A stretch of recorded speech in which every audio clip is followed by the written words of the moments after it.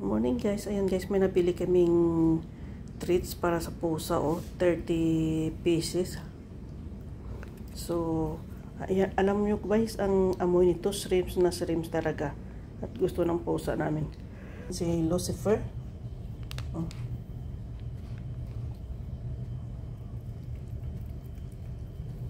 Ang dami ng mata ni Lucifer, Hindi nalinis.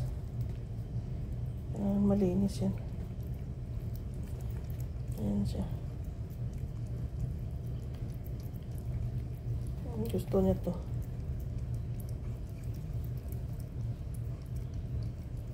Si Matthew tapos na kumain. Ayan, malinis ang mata niya. At saka ito palang iba gamit namin. Yung fancy fish. Gusto din ng pusa namin. Ay, ubos na yung Sheba namin. Yan ang favorite talaga ng pusa namin guys. Ito rin ang dreamies na treats. Paubos na nga. Tsaka ito bago ito guys tinry namin. Pero ito isang 30 pieces pero iba-ibang flavor. Mayroon tuna, mayroon shrimps, chicken. Ayan tsaka ang amoy talagang ang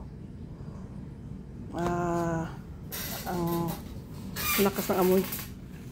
Tsaka ito pala ang hinahalo namin sa mga pagkain nila na wheat food. Kasi di ba may mga wheat food na dry? So itong hinahalo namin soup. Ito chicken kay Vincent kasi si Vincent yata parang may allergy sa isda. Ito yung salmon. Ito yung tuna. Ito naman, iwan ko ayaw ng pusa namin ito. Kaya pag binibigyan ko yung street cat sa labas, yung yung mother ni Damian tsaka ni Shirley, hinahalo ko to sa wheat food niya. Tinry namin yung Diana. Pero ayaw masyado ng pusa namin. So binigay namin nilagay ko yan. Binibigay ko yan sa mother cat doon sa labas. Pero guys, ito talagang paborito ng pusa namin. Yung Sheba. Ayan isa na lang natira ng Sheba. Tsaka ito paborito din yan doon sa labas. Yung Whiskas. Iwan ko bakit pero ito may mga vegetables pero hinahaluan ko yan ng tawag nito, wheat food. Ayan, tuna, Whiskas, Felix. Iwan ko Corina. Iwan ko sabi nila hindi maganda pero ayan, pero paborito ng pusa namin yan. Ayan, si Mercedes gusto ito, yung Felix. Kaya iba-ibang binili namin na flavor. Ayan din sa kitten kasi di ba may napulot si daughter na na kitten cat sa co-op. So ayan, namili din kami sa mga kitten. Ayan, kitten.